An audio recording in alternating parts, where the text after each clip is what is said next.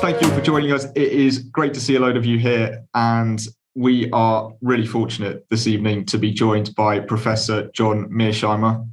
My name's Tom. I'm one of the co-chairs at King's Politics, and tonight we're going to begin with a talk from Professor Mirshаймер about the situation in Russia and Ukraine, and then I'll ask a handful of questions, and then we'll open up to audience questions.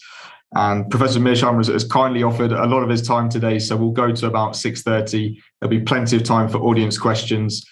So if you would like to ask a question, please stick an X in the chat and I'll come to you in order and you can ask the question live on the screen.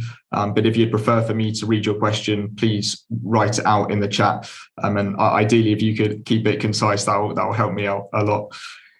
Professor John Mirshаймер is the R. Wendell Harrison Distinguished Service Professor of Political Science at the University of Chicago, where he has taught since 1982. He graduated from West Point in 1970 and then served 5 years as an officer in the US Air Force. He has published 6 immensely influential books, principally on international relations theory, the most recent of which was The Great Delusion, Liberal Dreams and International Realities. In 2020, Professor Mirshаймер won the James Madison Award, which is given once every 3 years by the American Political Science Association to an American political scientist who has made a distinguished scholarly contribution to political science. Professor Mirshаймер, it is an honor to have you with us today. The floor is yours. Thank you very much, Tom. It's a great pleasure to be here. I wish I was not here virtually, but that I was physically at Cambridge. I'd actually love to come to Cambridge sometime and talk to you and to meet people, go to lunch, go to dinner, and so forth and so on. I understand these virtual talks are a good second best, but nevertheless, they are a second best. Tom asked me to talk for about 20 minutes on the whole subject of the Ukraine crisis, which I, of course, have written about and talked about extensively since 2014. So I'm happy to do that, and I'll answer questions on Ukraine, and I'm willing to answer questions on almost any subject you folks would like to talk about. Let me do 2 things. First, let me talk about the origins and the history of this crisis, and then talk about why it's on the front burner today. And then let me say a few words in conclusion about where we're headed. The conventional wisdom in the West, and this is certainly true in a place like Britain and the United States, is that Putin is responsible for this crisis. It's the Russians. They're good guys and bad guys. And of course, we are the good guys and the Russians are the bad guys. This is simply wrong. The United States mainly, but the United States and its allies are responsible for this crisis, not Putin and Russia. Now, why do I say that? It's very important to understand that what the West has been trying to do since 2008 is turn Ukraine into a Western bulwark on Russia's border. And that policy had 3 dimensions to it. The first and most important is NATO expansion. The idea was that we were going to expand NATO eastward to include Ukraine.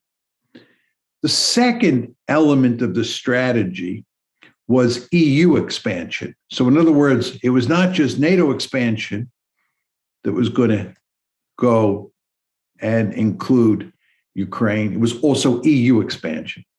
And the third element of the strategy was the color revolution. And in the case of Ukraine, that was the Orange Revolution. And the idea was to turn Ukraine into a liberal democracy like Britain, like the United States.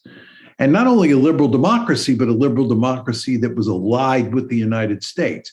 Because again, this is all part and parcel of a strategy that is designed to make Ukraine a Western bulwark on Russia's border. Now, as I said to you, the most important element of the strategy is NATO expansion. And that's why the April 2008 Bucharest NATO summit is of immense importance. At the end of that April 2008 Bucharest summit, NATO announced that Georgia and Ukraine would become part of NATO. They said, this is going to happen, period. The Russians made it unequivocally clear at that point that that is not going to happen. They drew a line in the sand. As you all know, there were two big tranches of NATO expansion before that 2008 meeting. The first tranche of NATO expansion was in 1999. That included Poland, Hungary, and the Czech Republic. Then there was a second tranche in 2004, which included countries like Romania and the Baltic states, and so forth and so on. The Russians swallowed those two NATO expansions. They intensely disliked both of them, but they swallowed them. When NATO said in 2008 that expansion would now include Georgia and Ukraine, the Russians drew a line in the sand. It's very important to understand that. They said, this has not happened. It is no accident that in August of 2008, a few months after the April 2008 Bucharest summit, you had a war between Russia and Georgia. Remember, Georgia is the other country besides Ukraine that is going to be brought into NATO. The Russians said, that ain't happening. And you had a war in August 2008. In February 22nd, to be exact, February 22nd, 2014, the crisis broke out over Ukraine. And it was mainly precipitated by a coup in Ukraine that overthrew a pro-Russian leader and installed a pro-American leader. The United States was involved in that coup. The Russians went ballistic. This is hardly surprising. They went ballistic, and they did two things. First is they took Crimea from Ukraine. Why did they do that? You understand that there is a very important naval base called Sevastopol on Crimea. And there's no way the Russians are going to let Sevastopol become a NATO naval base. This is not going to happen. That's the principal reason that the Russians took Crimea. And the second thing that they did is that the Russians took advantage of a civil war that broke out in eastern Ukraine almost immediately after the February 22nd, 2014 crisis. And what the Russians have done is they have fueled that civil war, and they have made sure that their allies, who are mainly Russian speakers and in many cases Russian, in eastern Ukraine are not defeated by the Ukrainian government. They, in effect, are wrecking Ukraine. The Russians are basically saying, we will wreck Ukraine before we allow Ukraine to become a member of NATO. So the Russian response is very important to understand this. In 2014, when the crisis first broke out into the open in response to what had happened in Bucharest in 2008, the Russian response was twofold. Number one, they took Crimea. And you should all understand Crimea is gone. It is never going back to Ukraine. One. And number two, they have said implicitly that we will destroy Ukraine. We will wreck it before we will let it become a member of NATO. Now, the question you want to ask yourself is, why are the Russians doing this? This is Realpolitik 101. And the fact that people in the West, especially in places like Britain and the United States, don't understand this boggles my mind. I just don't understand it. The idea that you could take a military alliance run by the United States, the most powerful state in the world, and run it up to Russia's borders, and the Russians wouldn't be bothered by it, is simply unthinkable.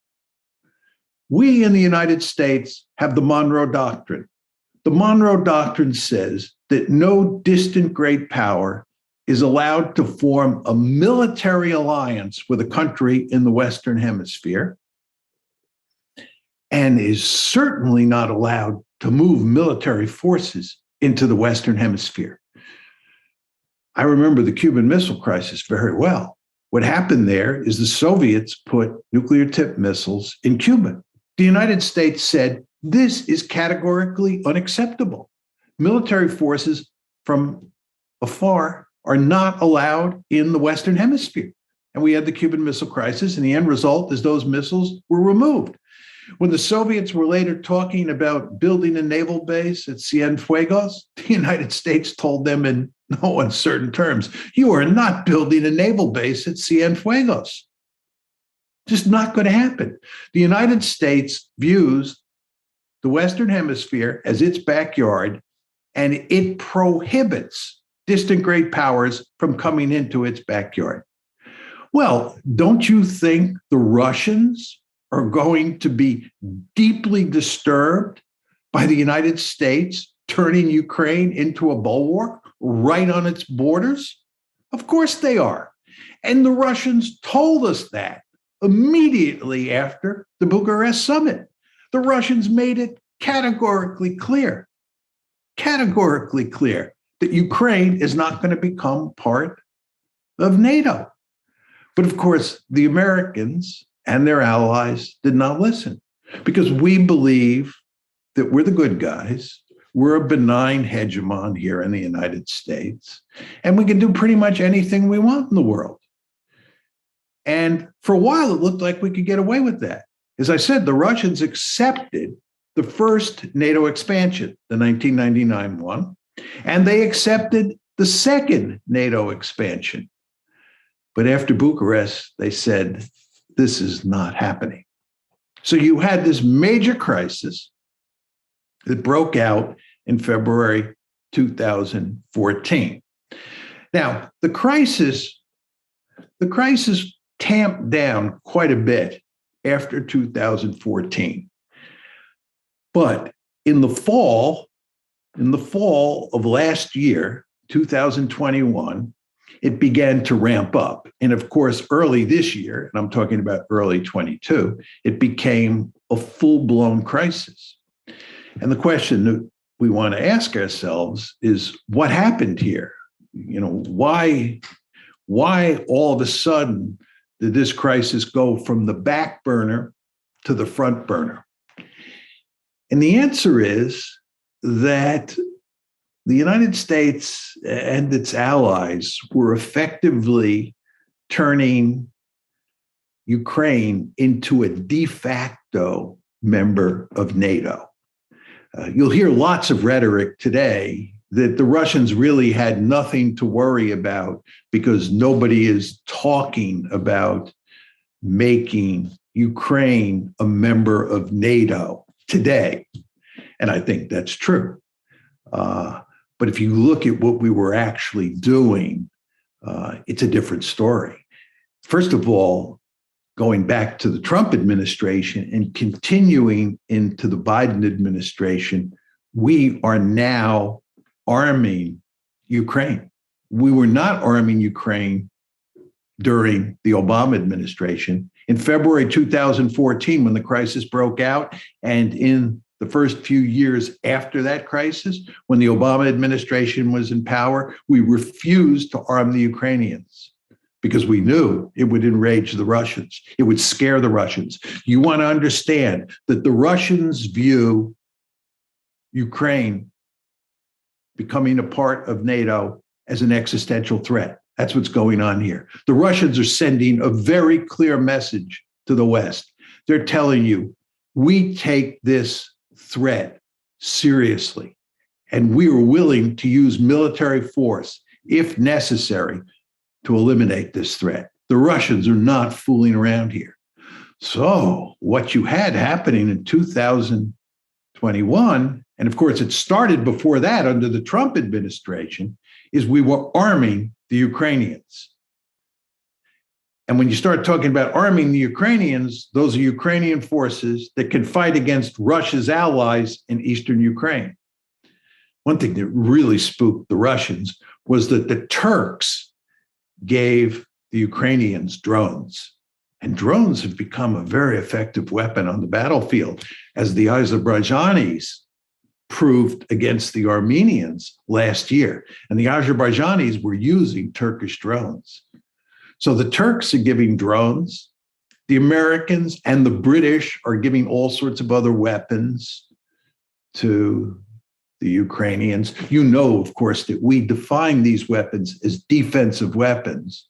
But of course, as sophisticated IR theorists, you all know that there's no such thing as a meaningful distinction between defensive weapons and offensive weapons. As we all know from the security dilemma, what looks defensive to us looks offensive to them. You give drones to the Ukrainians. Do you think the Russians are going to view those as defensive weapons? I don't think so. Right? You start training the Ukrainian forces the way the British and the Americans do. You don't think the Russians are going to see that as a threat? I can guarantee you they are, right? So what's happening here? We're arming, we're training the Ukrainians. And if you look at how we're dealing with Ukraine diplomatically, we're basically talking about Ukraine as if it were an ally or a partner. That's the kind of rhetoric we use when we talk about Ukraine. So it looks like diplomatically and militarily, the bonds between the West, especially the United States, and Ukraine are tightening. At the same time, we're doing a number of provocative things outside of Ukraine that really bother the Russians enormously. The British foolishly run a destroyer through Russian territorial waters in the Black Sea this past summer, June 2021. The Americans take a bomber and they drive it right up against the Russian coastline in the Black Sea. This really bothers the Russians, unsurprisingly. So what you see happening here is the Russians have a very powerful sense that NATO is moving eastward. NATO is moving right up to the Russian border, mainly by turning Ukraine into a de facto member of the alliance, but also with provocative measures like this British destroyer and this American bomber. The Russians, as Sergei Lavrov, the Russian foreign minister, said, reached a boiling point. They had it. They had it. They're not interested really in negotiating anymore. They're interested in altering the status quo. And the end result is you've had this massive military buildup, which is doing enormous damage to the Ukrainian economy, which was already a basket case before the crisis. So Ukraine's situation is getting worse and worse. And the Russians have sent a very clear signal to the West that if they up the ante, they meaning the West, if the West ups the ante, the Russians will up the ante. And again, Ukraine is not becoming a part of NATO. So that's where we are today. We have this major crisis, which goes back really to April 2008. That's the genesis, that decision to make Ukraine part of NATO. And then you had the crisis break out 22 February 2014.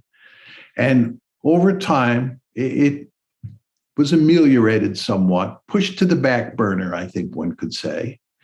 And then all of a sudden, it broke out again. Now, is there any hope that we can settle this crisis? I'll tell you what I think the best solution is. I think it's an obvious solution, but I think it's politically unacceptable at this point in time. The obvious solution is to turn Ukraine into a neutral state, more or less a buffer between Russia on one side and NATO on the other. This is effectively what you had up until February 2014. Ukraine got its independence when the Soviet Union broke apart in December 1991. And from December 1991 until roughly early 2014, there was no real problem with Ukraine. The United States and its allies were not fighting with the Russians over Ukraine. There was a verbal dispute going back to the April 2008 Bucharest summit, but there was no crisis because Ukraine from 1991 to 2013 was through 2013 was effectively a neutral state. It was a buffer. It was NATO that changed the situation. You understand, we now have changed the rhetoric to make the Russians the bad guys. You hear all this talk that Russia is bent on creating the second coming of the Soviet Union. Russia is bent on creating a greater Russia. All right. The Russians are the bad guys. This is a story that was invented after February 22nd, 2014. Nobody was making this argument before February 22nd, 2014. Nobody was arguing that we had to expand NATO to contain Russia before February 22nd, 2014. What happened on February 22nd, 2014 is this cockamamie strategy that we had invented to make Ukraine a part of NATO blew up in our face. And when it blew up in our face because of our flawed policies, we were not going to admit that we had screwed up. No, we had to blame the Russians. So we said they were bent all along on dominating Eastern Europe.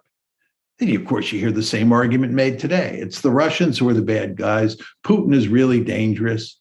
We can't negotiate with him. This is the equivalent of Munich, which is another way of saying he's the second coming of Adolf Hitler, and making a deal on Ukraine is like making a deal on Czechoslovakia in October 1938. This is all pure unadulterated nonsense, right? Again, there was no threat from Russia before February 22nd, 2014.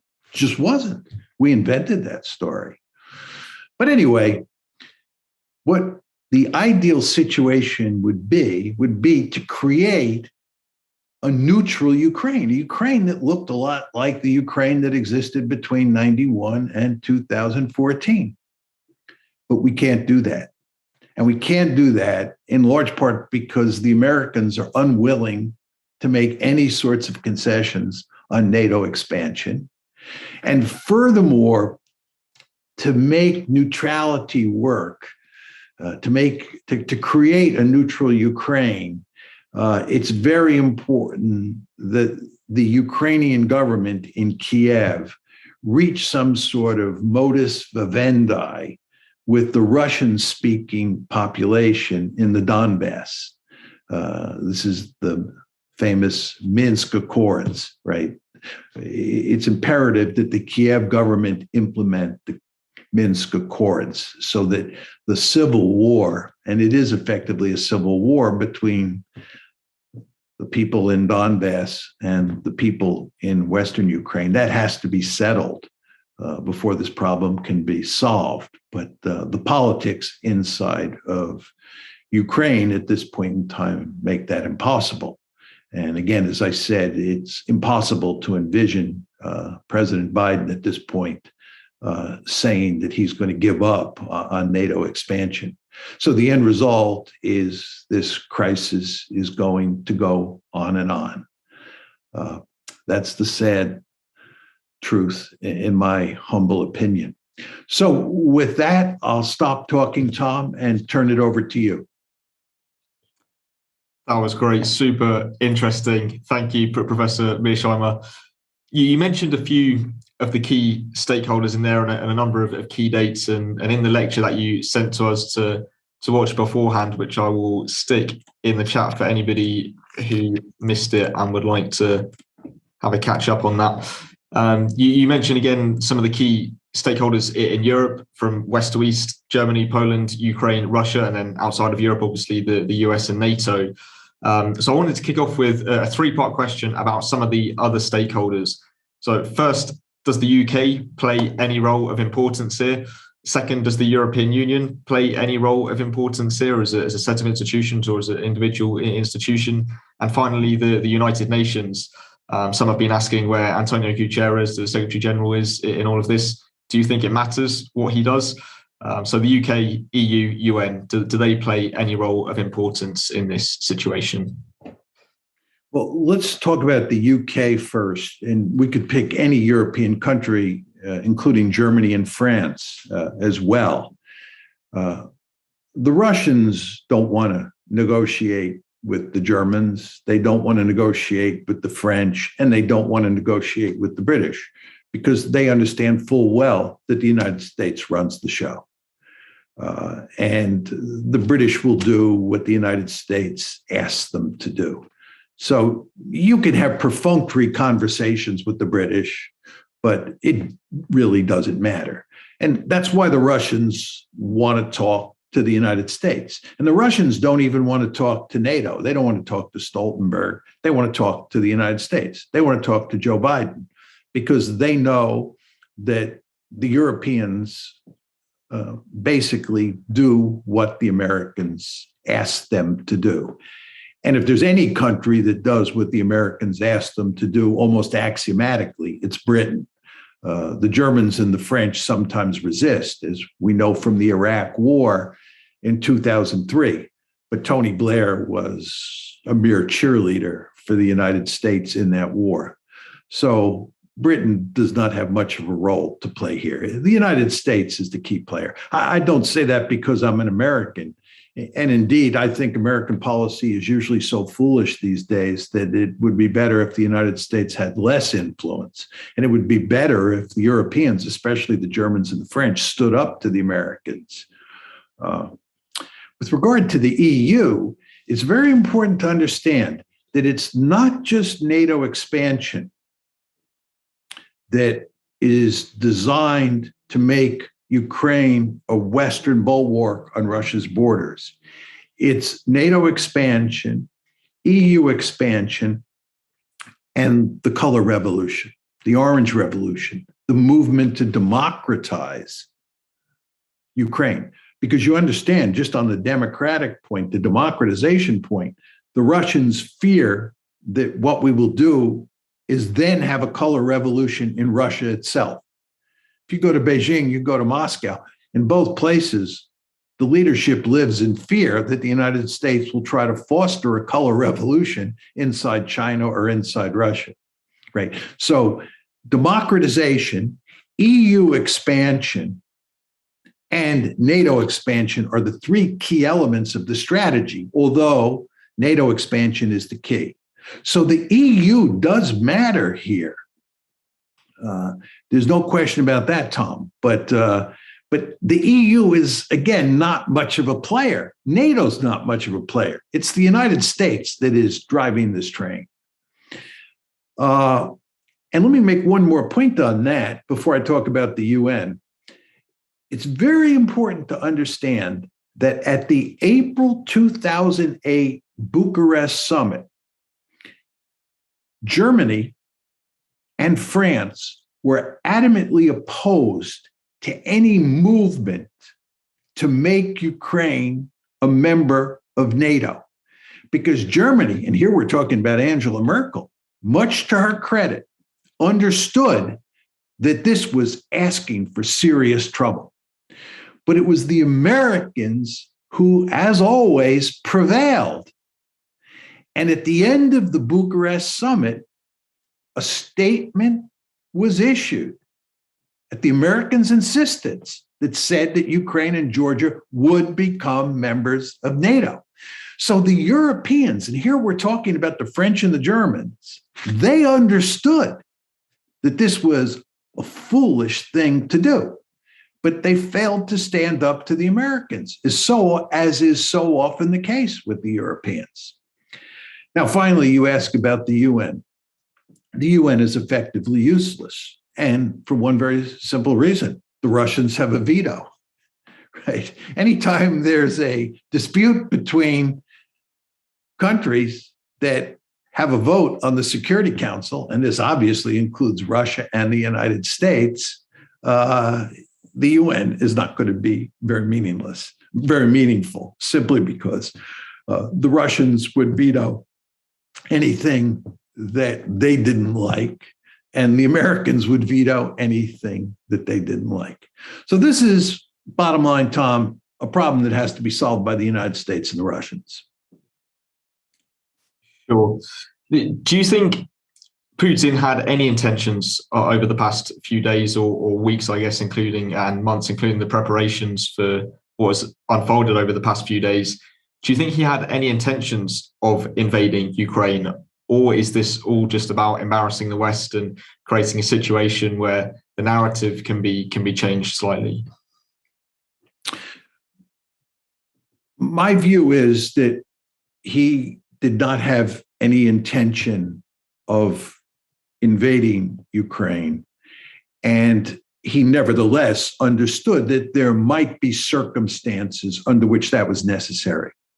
For example, I believe if Ukraine was to attack the forces, the Russian-supported forces in the Donbass, he would come to their assistance, and that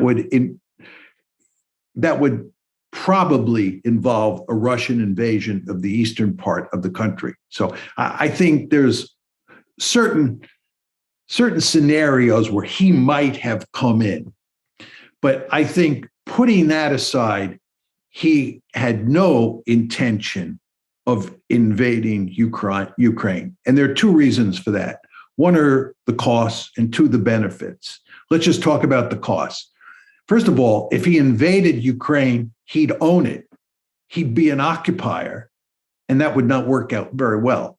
As he surely knows, when you occupy a country in the modern world, it invariably leads to huge resistance and all sorts of trouble. Putin is surely smart enough to know that invading Ukraine and owning it would be a prescription for huge trouble. Secondly, if he invades Ukraine, we have made it clear in the West that we will go to great lengths to cripple the Russian economy. So there will be significant economic costs in addition to the costs of running an occupation in a huge country filled with people who don't want you there. So those are the costs. Now, what about the benefits of not invading? Putin is winning. I mean, first of all, he's got our attention, right? We're now scrambling to negotiate with him, talk to him, to ameliorate this crisis. Furthermore, we in the West now understand that NATO expansion into Ukraine is viewed by the Russians as an existential threat. So Ukraine is never going to become part of NATO. That's just not going to happen. We now know that. Nobody will say that, and Biden is in no position to back off. But Putin has made it clear where the Russians stand on this. Everybody knows there is a red line in the sand. Furthermore, Putin is doing enormous damage to the Ukrainian economy. He is weakening Ukraine. He is making it less likely that Ukraine will be in a position to launch an offensive against the Donbass, making it less likely that Ukraine will ever be in a position to become a member of NATO. This is why the president of Ukraine is saying to President Biden, please stop talking about an imminent Russian invasion. Because when you do this, you're doing serious damage to the Ukrainian economy. which, as I said before, was a basket case before the crisis. So this crisis has done serious damage to Ukraine, and at the same time has sent a clear message to the West that the present plans of the West to bring Ukraine into NATO are not going to happen. So I think when you marry the cost with how well the strategy is working out, Putin is a winner. Do you think the West had many other options in terms of how it would respond, even if it made your analysis, which I guess in a lot of cases it probably didn't, but if the intelligence suggested this was just a build-up for the reasons you suggest, was there another option for the West other than also matching the build-up and sending arms to Ukraine, or were they a little bit snookered? Politically, there was no other option. We were screwed. Yeah. This is a vestige of the unipolar moment, right? We, in 2008, when we were the unipole, we decided to expand NATO. And it blew up in our face in 2014. This is when the unipolar moment is coming to an end. And the problem continues to linger. And we cannot figure out how to solve it without saying that Ukraine will not become part of NATO. And that's politically unacceptable in the West, especially after you've told the story year after year that the Russians are the bad guys and we're the good guys. If the Russians are the bad guys and they're highly aggressive, and you believe the Ukrainians have the right to this and the right to that, and you're committed to making sure that they realize these rights, it's almost impossible politically to walk away from this one. It's really quite remarkable. And you want to understand, Tom, that the United States has a deep-seated interest in pivoting to Asia. The United States faces a peer competitor in China. Russia is not a peer competitor. The idea that Russia is some meaningful threat to dominate Europe is a laughable argument, right? We have a deep-seated interest in not getting involved in Eastern Europe and pivoting to East Asia, number one. And number two, we have a deep-seated interest in having Russia as an ally against China.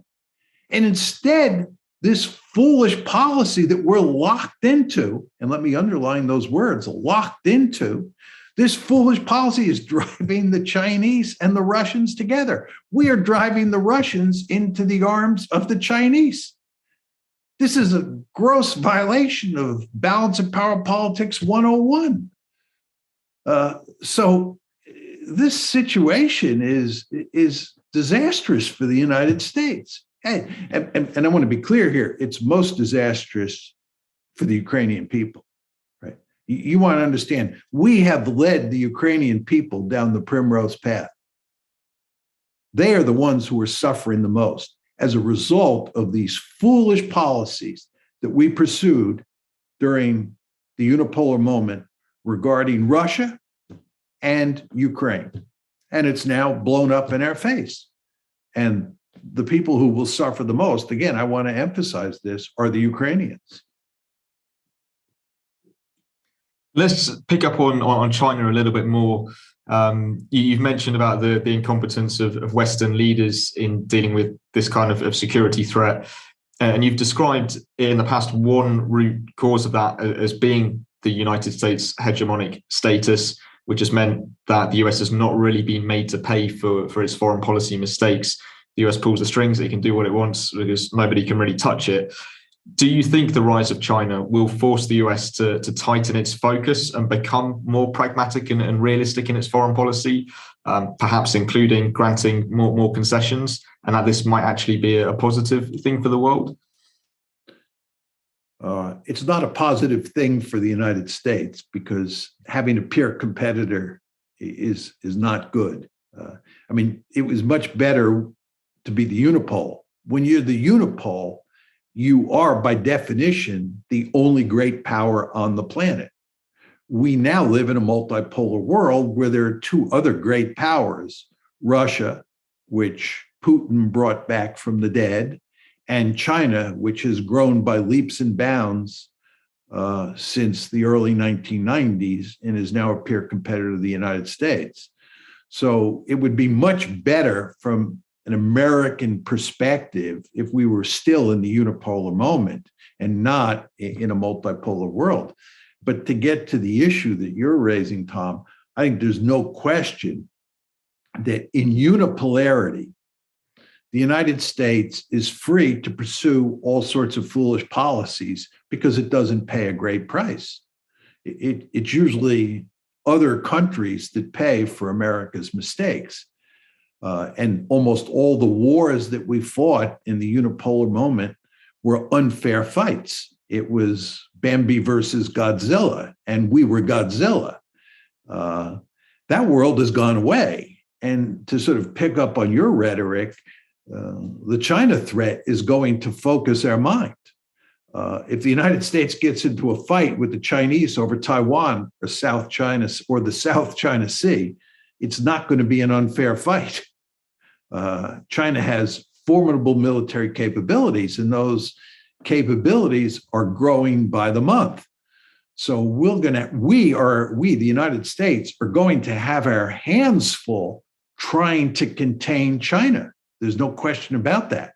And I believe that for structural reasons, given this new threat environment, the United States will behave less foolishly or more wisely than it did during the unipolar moment, where again, it was free to pursue foolish policies because the costs were not very great.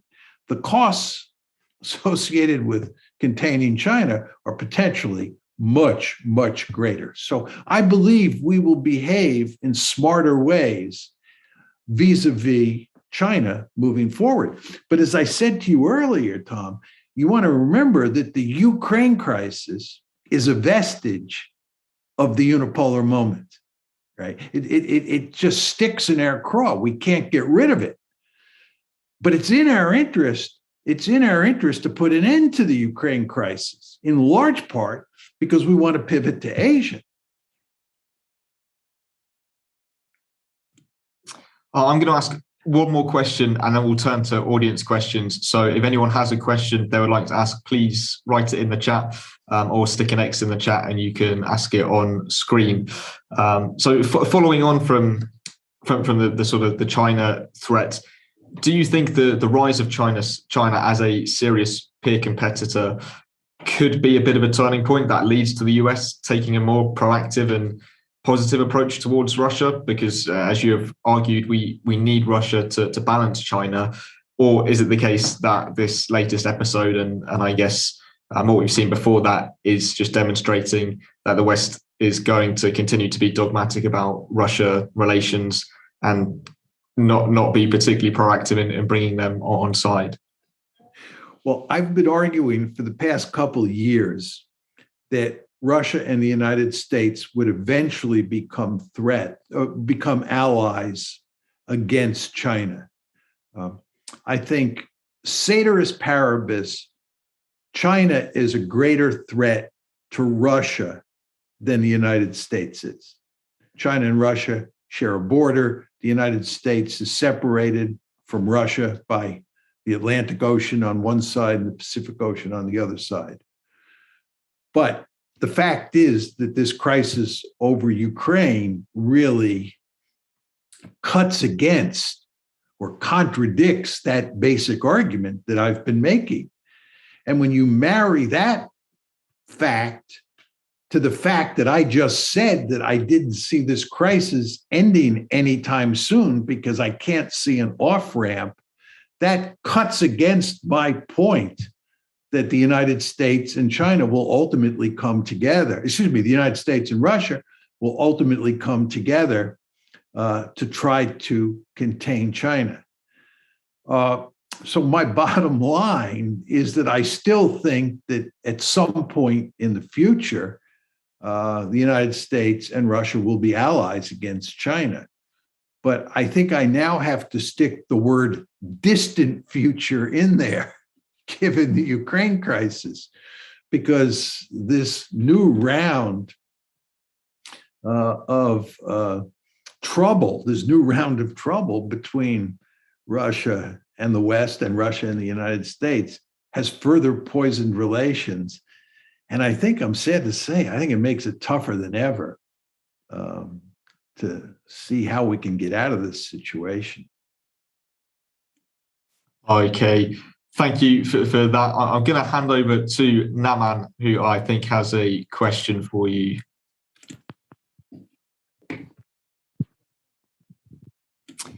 We can't hear you, Naman. Try again. Can you hear me now? Yeah, perfect. Apologies for that. I'm curious to what extent the logic of Ukraine being a neutral zone or buffer state can be applied to Southeast Asia vis-a-vis China, and whether or not the same breathing space can be established there. Well, one can argue that it's hard to have buffer states between great powers because each great power has a vested interest in turning that buffer state into an ally or even conquering it. This is why a country like Poland, which used to be sandwiched between Germany or Prussia and Russia or the Soviet Union and Austria, disappeared from the map on numerous occasions. Poland had terrible geography because it was sandwiched in between these great powers. But if you think about Ukraine today, Naman, there's no great power on the left-hand side of Ukraine. There is a great power, Russia, on one side. But if you take away the United States and NATO expansion, there's no threat to Ukraine. There's no great power threatening Ukraine on its left-hand side. And Russia, as I said, has no interest in conquering Ukraine and doesn't have to worry much about Ukraine for strategic reasons in the absence of NATO expansion. So you take NATO expansion away, Ukraine can easily remain a buffer state. If you go to East Asia, the question is, what countries look like buffer states? And I don't see any buffer states out there. And the reason is that the potential points of conflict in East Asia involve the South China Sea, Taiwan, and the East China Sea, especially these rocks in the East China Sea that the Japanese say belong to them and the Chinese say belong to them. Instead of having buffer states with regard to those three flashpoints, you have water. You have the South China Sea, no buffer state, it's all about water. You have Taiwan, the buffer between Taiwan and mainland China is water. And then you have these rocks in the East China Sea, where the buffer between them and Japan and them and China is water. Okay? But you could argue that if you look at Taiwan, you look at these islands or islets in the South China Sea, and you look at the rocks in the East China Sea, that both sides, both the Chinese side and the American-led side, have a vested interest in controlling those pieces of territory in the same way that the great powers had a vested interest in controlling Poland in the past. In other words, think about Taiwan. The United States and Japan, and now Australia, they want to keep Taiwan on our side of the ledger. The Chinese want Taiwan back, not only because it's sacred territory to them, but also because it has important strategic value. So you can see, in response to your question, that if you look at East Asia and you look at how the Americans, the Japanese, and the Australians on one hand think about Taiwan, and you look at how the Chinese think about Taiwan, it's important strategic real estate that they both have their eye on for good security-related reasons. And that's not unlike Poland in the past. And, excuse me, it's not unlike Ukraine in a world where a NATO alliance moves to incorporate Ukraine into NATO. But the general point here is that great powers worry greatly about their security. They tend to be paranoid. And any smaller country that lives in the neighborhood of a great power should be extremely careful not to anger any of its great power neighbors, because those great power neighbors are likely then to do terrible things to them.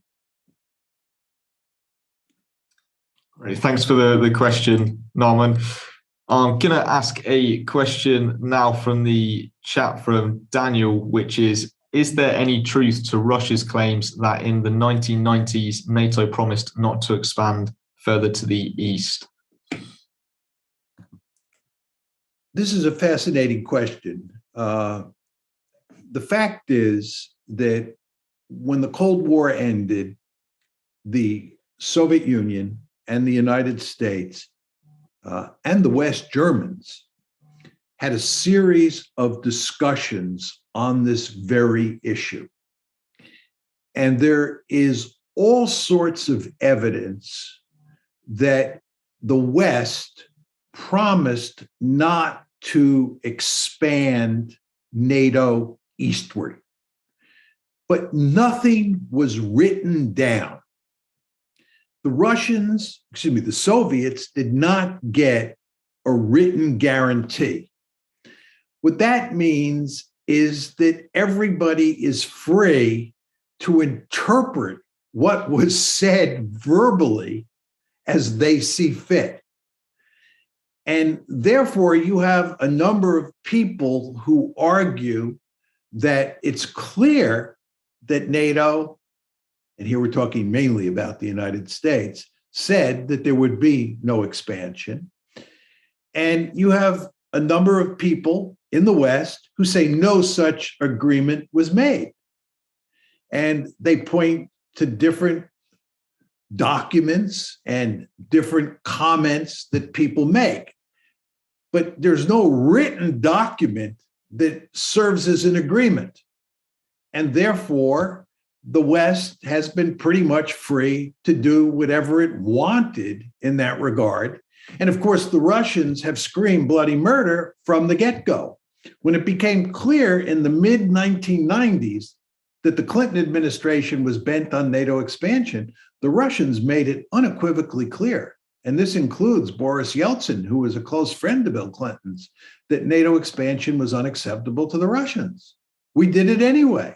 And in 1999, you had the first tranche. In 2004, you had the second tranche.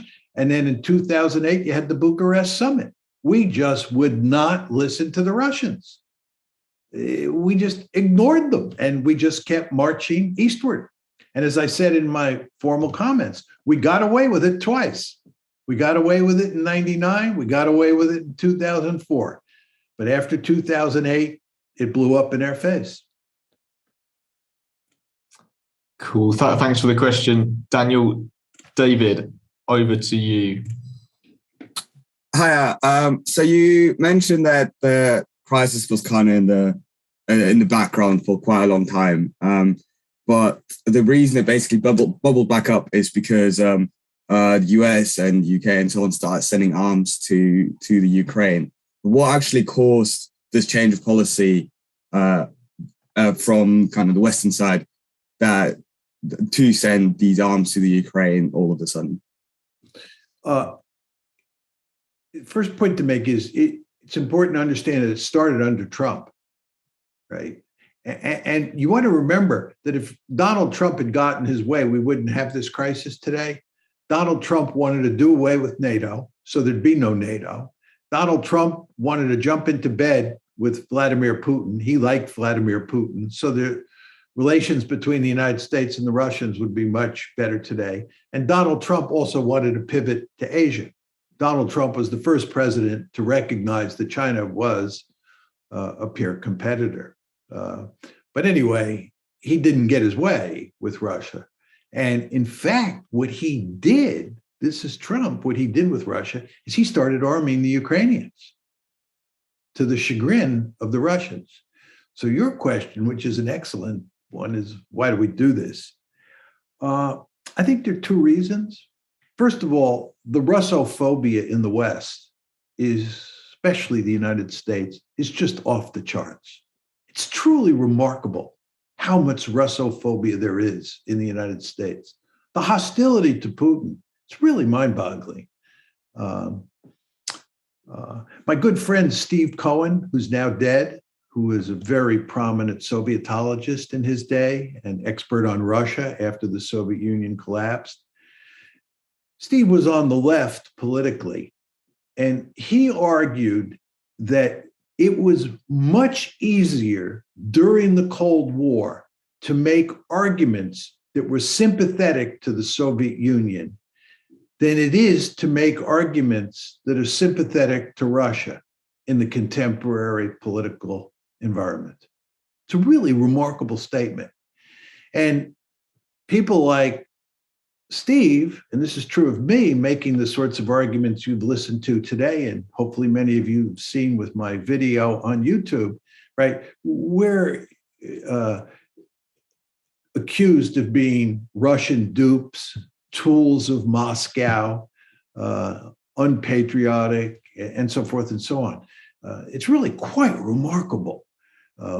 So you have acute Russophobia, and in a world where you have acute Russophobia, taking a stick and poking the Russians in the eye is perfectly legitimate. In fact, it's a good thing. And by the way, this cuts across political lines. So the Russophobia is as pronounced in the Republican Party as it is in the Democratic Party. So that's the first reason. The second reason is the Russians didn't play hardball for a long time. They swallowed the first NATO expansion. They swallowed the second NATO expansion. And even after the Ukraine crisis in February 2014, yes, they took Crimea. Yes, they helped support the Russian speakers and the Russians in the Donbass, but they didn't get really rough with the United States. So the Americans have this powerful sense of Russophobia, and they have a powerful sense that the Russians are weak and that we can just push them around. We can poke them in the eye, and they're not going to do anything. And this is why I said, David, in my formal comments, that the Russians have had enough. Lavrov has said explicitly, we reached our boiling point. And the Russians have made it clear they are not screwing around. They are deadly serious. And I think we've gotten the message. And I think we will be much more careful when we deal with them in the future than we have been in the past. David, do you want to follow up? Yeah, thank you very much. If I can just follow this up. So why, I'm not sure if this is completely related to this, but why do you think where this Russian phobia kind of came from? Like, how did it develop? And why is it even now more pronounced than in the Cold War, as you said? I'm not exactly sure. It's a subject I've thought about getting a bunch of people together to talk about and just talk it through. I'd be curious what you folks have to say about this. It has to do, I think, in part with the fact that the Soviet Union was our mortal enemy during the Cold War. Russia is the key remnant state left over from the Soviet Union. So I think there is a lot of leftover resentment or anger towards Russia that stems from the Cold War. I think the fact that Putin stands up to the United States, that Putin is not a pushover, angers the United States. I think that the fact that Putin heads an authoritarian state and that his position on certain social issues like homosexuality drive lots of people in the West crazy. I think that matters too. How much, I'm not sure. I think as far as the Democrats are concerned, as you know, in 2016, Hillary Clinton lost to Donald Trump. It seemed almost unthinkable before the election that she would lose, but she did lose. And the Democrats invented this story that it was not Hillary's fault. It was the Russians who threw the election for Donald Trump, that there was this tight-knit connection between Trump and the Russians manipulated the American political system so that Hillary lost and Trump was in the White House. I think that caused many Democrats who believed that story, because they couldn't possibly believe that Hillary lost because she was a terrible candidate and that Trump was, in many ways, a very clever politician, right? And he barely won, but he won. And there had to be some reason for that. It was the Russians. I think that really contributed to the Russophobia in the Democratic Party. But those would be some reasons. But you want to take everything I said with a grain of salt, because again, I haven't thought this one through, and I don't have, a really sort of clear answer in my head. But it is a fascinating question. You're right. Great. Thank you, David. If anyone else has any thoughts on that sort of question, it'd be really interesting to hear those too. I've got a question from Ben here, which is, presuming that one does believe in the liberal international order and viewing it as a concept arising in its current form after the collapse of the Soviet Union, do you think it's fair to say that we've moved out of this liberal order if we're talking about a return to Cold War spheres of influence and buffer states? Yeah, I've actually written a piece on this that's on my website. It's called Bound to Fail, that deals with the liberal international order and what I think happened. And for anybody who's seriously interested in what I have to say, you should take a look at Bound to Fail. My basic argument on this is that the liberal international order was only possible in a unipolar world. That with the rise of China and the resurrection of Russian power, you moved from unipolarity to multipolarity. And in that multipolar world, it's impossible to sustain a liberal international order. And let me tell you why. It's very important to understand that an international order is comprised of institutions.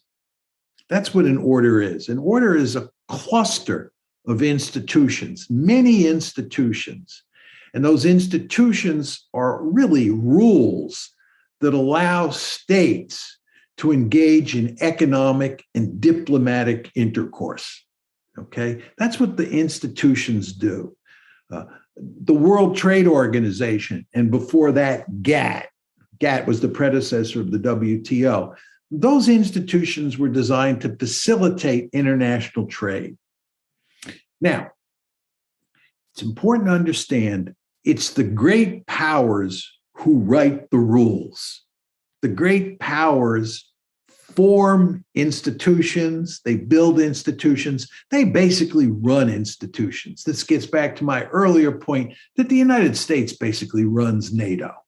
It's the most powerful state on the planet, certainly the most powerful state in the West during the Cold War, and was the most powerful state in the world during the unipolar moment.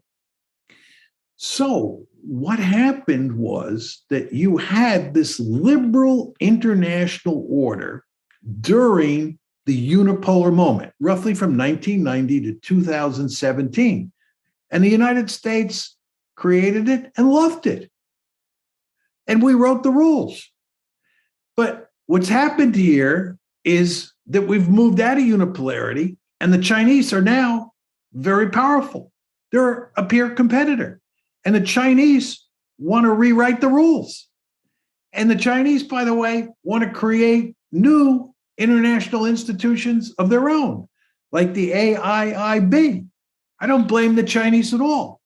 But the Chinese are now challenging the Americans, as are the Russians, but mainly the Chinese are challenging the Americans regarding the shape of the existing international order. And the Chinese are creating new institutions. The Americans are creating new institutions because we're in a new Cold War. So that liberal international order that existed during the unipolar moment has fallen apart. And we're never going to see it again. Great. Thank you for the question. We've gone from Gabor, which is, to what extent do you think Putin's personality has affected or will affect this situation? I don't know anything about his personality. All I will say is I believe that Putin and Lavrov are first-class strategists. They really understand the essence of international politics. They understand how international politics works. And they do, in my opinion, a terrific job of playing Russia's hand. Russia has a rather weak hand to play. It's nowhere near as powerful as the United States, mainly because the United States has many more people and the United States is much wealthier. And you all know that the two principal building blocks of military power are population size and wealth. And Russia's population is considerably smaller than America's, much smaller than China's. And in terms of wealth, Russia is not in the same class as the United States. So Putin and Lavrov are playing a weak hand, but I think they play that weak hand brilliantly. I think they're first-rate strategists. And every time I hear Putin speak, I'm always impressed by his knowledge of the situation and his views on how best to deal with the situation from a Russian point of view, not from an American point of view, but from a Russian point of view. So I think very highly of him as a strategist and of Lavrov as well. But I know nothing about the personality of either one of them. Thank you, Gabor. We'll hand over to Sarah. Hi. Yeah, thank you so much. I actually wanted to make a brief comment about the Russophobia and then the question. I was part of the Youth Atlantic Association before, and I remember we had a workshop at NATO headquarters in Brussels, and we were all young students, and we were all surprised that throughout the whole day we could have talked about cybersecurity, interoperability, and they all talked about Russia, and we were pretty taken aback about how sort of obsessed they were. So just to say, as maybe with the younger generation, it actually may change. It also felt like they were basing, sort of like they were trying to justify their existence, like NATO was trying to justify their existence with Russia. But we'll see. Anyways, my question is, do you think that with the current Ukraine situation, one of the things that NATO, of course, discusses most frequently is how governments should spend up to 2% of their GDP in their defense. Do you think that this situation is gonna, of course, it's gonna matter from the international relations perspective for these governments, but do you think there's actually gonna be a change in their defense systems? I could imagine it maybe from Poland, but do you think it's likely or maybe not that the NATO members will increase their defense budget? Yeah, let me comment first on your remarks about your experience on the Russophobia front. Yeah. I think your instincts are exactly right here. NATO needs the Russian threat to exist. Remember what John said. John said, when I was talking to Tom, John said that the United States should pivot to Asia. You want to remember, anytime you pivot to some place, you pivot away from another place. Yeah. My view is, and many people in the United States believe, that we should pivot away from Europe and pivot to Asia, because that's where the peer competitor is. Well, if you have a deep-seated interest in maintaining NATO and maintaining the American military presence in Europe, then hyping the Russian threat is manna from heaven. Mm.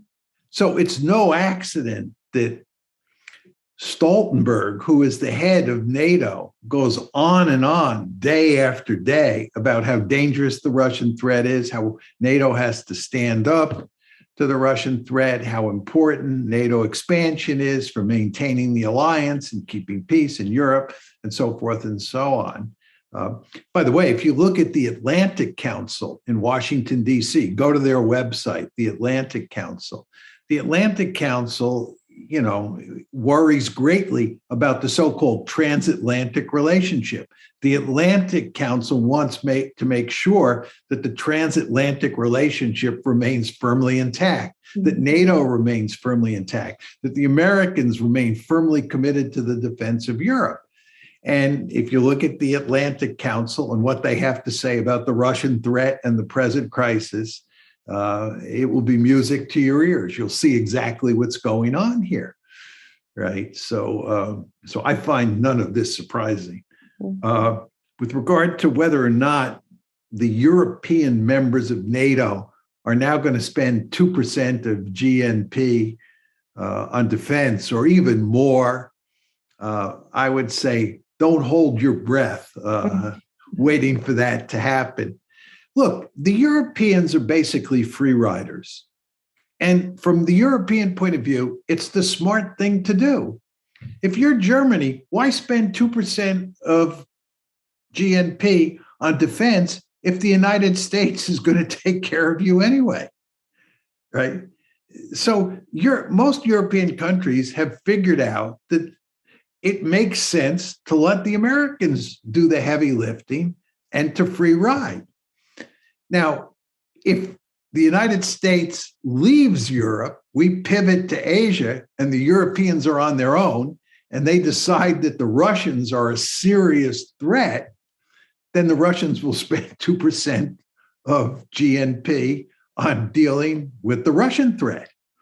The Germans certainly will. All you have to do is look at the geography of Europe. Britain is separated from the continent by a huge body of water. Russia's far away from Britain. Germany is very close to Russia. And if the Germans don't have the Americans protecting them, and the Germans have to provide for their own defense, they'll probably spend 2% of GNP on defense. And by the way, a really good indicator of how this works is just looking at the Japanese over time. During most of the Cold War, and certainly during the unipolar moment, the Japanese did not spend a lot of money on defense, and they deferred to the United States, and they were free riders. And I'm not criticizing them, because from their point of view, it made sense to be a free rider, right?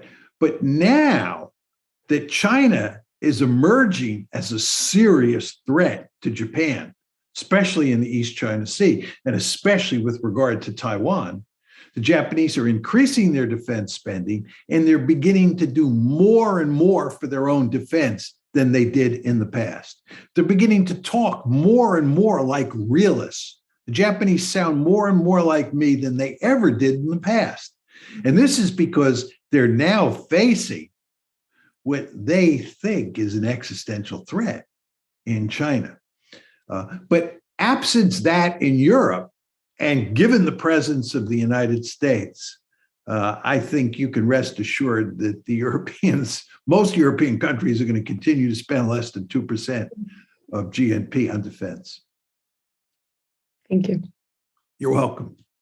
Hey, thanks for the question, Sarah.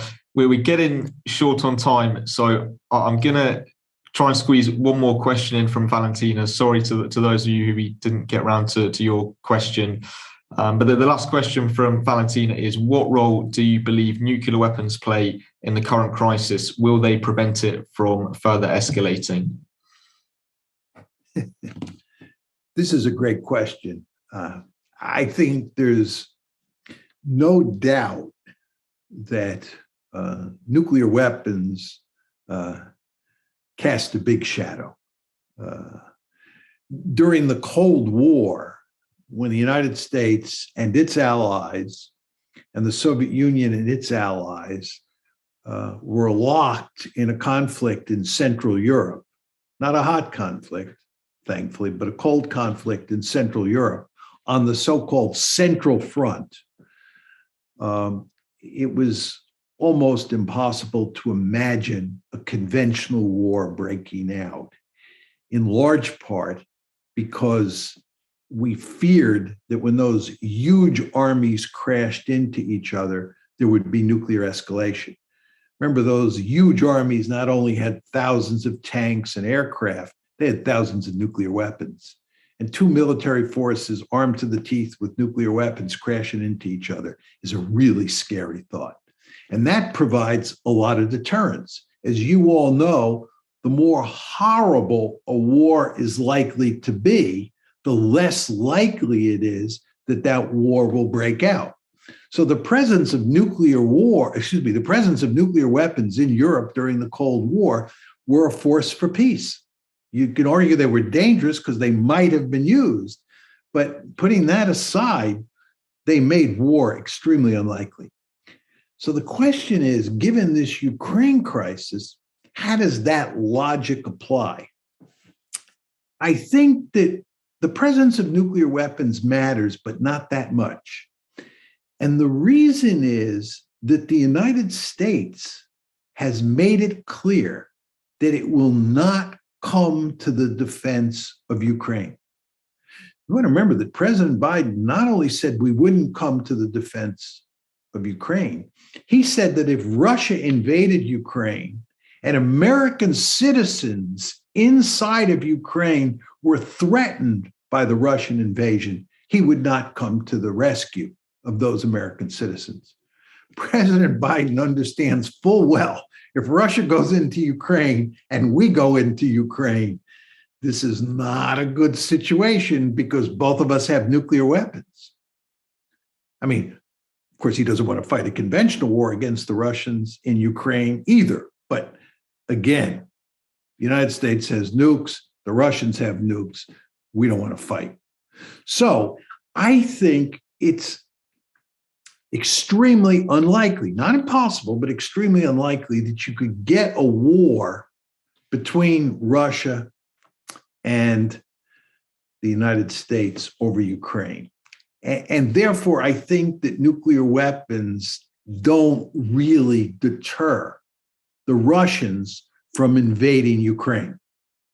What deters the Russians from invading Ukraine, this goes back to my earlier discussion with Tom, is the fact that the costs would be enormous. Remember, I said to Tom, they'd pay the costs of occupation, they'd pay the economic costs that came with sanctions. But on the other side, the benefits of not invading are quite significant. They've got our attention. They've made it clear that Ukraine is not going to become part of NATO. And they're also doing great damage to Ukraine, which makes the likelihood of Ukraine joining NATO almost zero. So the Russians are doing very well for themselves, and I don't think they're going to invade. And I think that, again, is not due to nuclear weapons. But you can posit scenarios where nuclear weapons come into play. And I'll just say this in closing. What if there was a problem involving one of the Baltic states, and the United States found itself in a position where Russia was contemplating invading Lithuania, Estonia, or Latvia? What would we do then?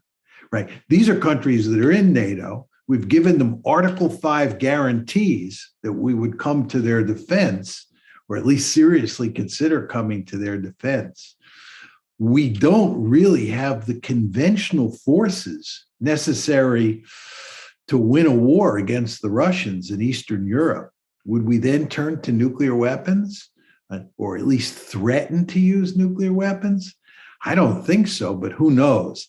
All of this is to say that you could posit scenarios outside of Ukraine, and involving NATO members, Poland, Romania, the Baltic states, where the Russians are involved and the Americans are involved. And then you have the possibility of nuclear use. And more importantly, for our purposes, or for the question, for answering the question, nuclear weapons can serve as a deterrent, or would hopefully serve as a deterrent in those cases.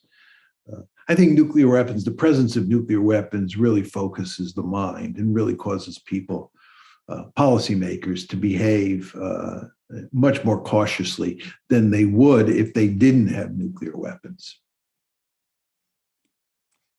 That's a really interesting point to end on. Professor Mirshаймер, thank you for spending so much time with us today, especially at this point when it seems international relations are a especially tense bit of time. So thank you really for giving up your time to spend today with us.